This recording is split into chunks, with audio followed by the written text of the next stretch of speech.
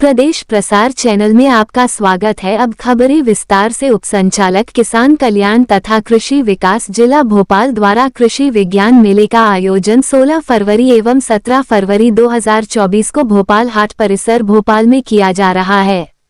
2 दिवसीय millets mission योजना अंतर्गत श्री अन्न प्रोत्साहन एवं आत्मा योजना अंतर्गत कृषि विज्ञान मेले का आयोजन किया जा रहा है।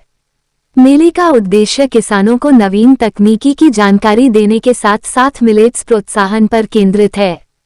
मेले में प्रदेश भर के विभिन्न कृषि आदानों के निर्माता विक्रेताओं द्वारा कृषि आदानों, मिलेट्स उत्पाद, जैविक उत्पाद, कृषि एवं संबंधित विभाग जैसे उद्यानिकी, पशुपालन, ग्रामीण आजीविका मिशन, अभियांत्रिकी आदि के लगभग 80 से अधिक स्टॉल व नवीन उन्नत कृषि उपकरणों की प्रदर्शनी लगाई जा रही है। साथ ही महत्वपूर्ण विषयों पर कृषक संगोष्ठी, प्रशिक्षण व ज्ञान सम्मेलन के साथ साथ किसानों व कृषि स्टार्टअप को मिलने वाले नए अवसरों की जानकारी दी जा रही है। आज किसान मेले में bio fertiliser agriculture business and development cooperative society limited Bhopal के संचालक ऋषभ जैन से हमारे संवाददाता ने विशेष बातचीत की। Agriculture business and development cooperative society limited Bhopal द्वारा मेले में स्टॉल 16 नंबर 7 पर लगाया गया है। सभी किसान भाइयों से अपील है कि अधिक जानकारी के लिए स्टॉल नंबर 16 पर अवश्य पधारें। हमारे संवाददाता ने संचालक ऋषभ जैन एवं वैज्ञानिक एल सिंह से विशेष बातचीत की। अमृतलाल सिंह जी, अध्यक्ष agriculture business development cooperative society. Organic और जैविक खेती के बारे में बताइए। ये आया विचार विदेशों में, हम भी 2 बार विदेश गए, इंग्लैंड गए, फ्रांस गए और वहाँ से अध्ययन किया कि वो लोग जैविक खेती पे आ रहे हैं और दूसरा साबुत अनाज पे आ रहे हैं वो लोग। तो हमारे यहाँ भी देखा गया कि जो जैविक जो है उत्पाद अब ज़्यादा से ज़्यादा उपयोग किसान करें। अब हमारे यहाँ दिक्कत ये आ गई कि अब पशुधन कम होता जा रहा है, जैविक उत्पाद उतना गोबर खाद कंपोस्ट नहीं मिल रहा है। तो उसके बाद फिर उसके सब्स्टिट्यूट के रूप में ये जो प्राकृतिक जैविक तत्व हैं, बैक्टीरिया हैं, इनको डेवलप किया गया। अब उसी में ये जिसे राइजोबियम ये बैक्टीरिया है, तो ये राइजोबियम बैक्टीरिया जो है दलहनी फसलों में आपने देखा होगा छोटी छोटी गठानें होती हैं और चने में या दलहनी फसलों में यूरिया की मात्रा कम लगती है, क्योंकि ये जो बैक्टीरिया हैं ऑलरेडी करीब करीब ये 90 से 100 किलो प्रति हेक्टेयर नाइट्रोजन फिक्स कर सकते हैं। इसके बाद ये देखा गया कि ये फास्फोरस जो डालते हैं तो कुछ तो 30% पौधों को मिल जाता है, बाकी 70% ज़मीन में फिक्स हो जाता है, वो पौधे नहीं ले पाते। तो उसके लिए ये बैक्टीरिया निकाला गया है, ये जो PSB है, फास्फेट सॉल्युबल एंजाइम। तो जब ज़मीन में पड़ता है तो एसिड रिलीज करता है, मल्टीप्लाई होता है और उस एसिड में वो जो अनअवेलेबल फास्फोरस पड़ा है वो जो है ना अवेलेबल हो जाता है उनको। इसी प्रकार ये गेहूं के लिए, धान के लिए, गन्ने के लिए जो बैक्टीरिया काम करते हैं नेचुरल, जिसको प्राकृतिक खेती में बोलते हैं ना, तो वो बैक्टीरिया निकाल के।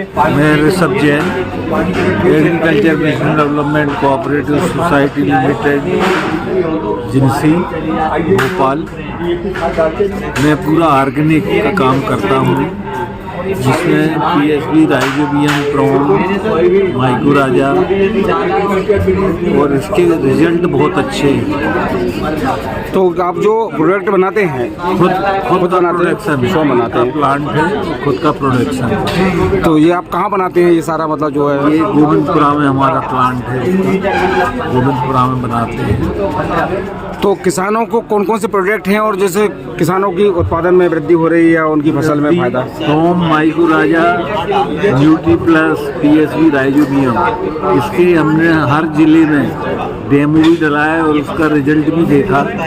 किसान को उसका रिटर्न अपना पेस्टिसाइड से ज़्यादा अच्छा मिला।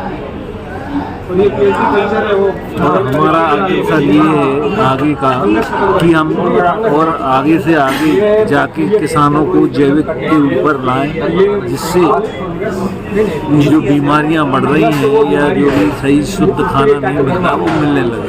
जैविक खेती बढ़ाने के लिए आप प्रयास कर रहे हैं। आपने जो प्रोडक्ट बनाते हैं वो पूरे मध्य प्रदेश में है या ऑल इंडिया में सप्लाई करते हैं? पूरे मध्य प्रदेश में। और तो आपने हमारी जो सोसाइटी है पूरे मध्य प्रदेश की रजिस्टर्ड सोसाइटी है और एग्रीकल्चर में एकमात्र सोसाइटी है जो पूरे मध्य प्रदेश में। कृषि यंत्र भी बनाते हैं? कोई ऐसे यंत्र बनाते हैं क्या नाम है? हमारे पास ड्रोन का हब है। तो ड्रोन में कौन कौन सी वैरायटी के ड्रोन हैं और किस प्रकार सब्सिडी मिलती है किसानों को? किसानों को ड्रोन तो एक ही प्रकार का होता है, 10 लीटर का आता है और इसमें किसान को ट्रेनिंग भी दी जा रही है गवर्नमेंट की तरफ से। उसमें भी सब्सिडी अपन ने ही करवाई है। 17,700 रुपये में वो ट्रेनिंग पायलट की ट्रेनिंग ले लेगी और लाइसेंस मिलता है। उस किसान के लिए 40% सब्सिडी भी है। अगर एफपीओ है तो उसमें 75% सब्सिडी है और ड्रोन के रिजल्ट बहुत अच्छे हैं। मैं आज 3 साल से इसमें काम कर रहा हूँ। कितनी टाइमिंग है, मतलब कितने मिनट तक ड्रोन काम करता है? एक एकड़ में 20 मिनट लगते हैं और 2 टैंक के 20 लीटर पानी लगता है। एक चार्जिंग पर कितना? 1 हेक्टेयर 1 हेक्टेयर चार्ज कर सकते हैं और 20 मिनट। अगर 2 बैटरी हो तो? 2 बैटरी हो तो कंटिन्यूस चलती रहती, बैटरी चार्ज होती रहती, चलती रहती। हम एक ड्रोन के साथ 4 सेट रखते हैं। कितने हाइट पे चले जाता है ड्रोन? ये ड्रोन तो अपने ऊपर है, फसल के ऊपर रहता है कि फसल कितने हाइट की है, उससे 3 मीटर ऊपर चलाना पड़ता है। इसमें कैमरे वगैरह भी लगाए आपने? इसमें सब कैमरे वगैरह भी लगे हैं, सैटेलाइट से भी चलता है, पूरा एरिया फिक्स होता है और जहाँ ये ख़त्म होती है दवाई वहीं से अपने आप रिटर्न भी आता है और फिर वहीं से जाके फिर चालू करते हैं। तो आप किसानों को क्या संदेश देंगे कि आने वाले समय में जैविक खेती करें, ऑर्गेनिक खेती करें और बढ़ावा दें? ही खेती करना ही जरूरी है और आने वाला समय उसी का है, नहीं तो अनाज होना बंद हो जाएगा। ये प्रोडक्शन बढ़ा नहीं है, प्रोडक्शन घटा है। अच्छा है कि नहीं? ये तो सिंचाई वाला एरिया जो बढ़ा है इसलिए आपको प्रोडक्शन दिख रहा है। नहीं तो जैविक में पहले जब हम आज 40 साल पहले जाएं तो 1 एकड़ में कम से कम 25 क्विंटल कृषि होती थी। आज की तारीख में 10, 12, 15 क्विंटल से ज़्यादा नहीं हो रही क्योंकि उर्वरक शक्ति ज़मीन की ख़त्म हो चुकी है। ये जो ज़मीन है ये नशा वाली बन गई है। इसको आप नशा जितना करवाओगे उतना उत्पादन उत्पादन ना यूरिया ना डीएपी से बढ़ता है, उत्पादन जैविक से ही बढ़ेगा। केंचुए खत्म हो चुके हैं पेस्टिसाइड से, उसमें कोई तत्व है नहीं, उसमें कोई जीवाणु है नहीं, इसलिए ये सब चीज़ें हो रही हैं।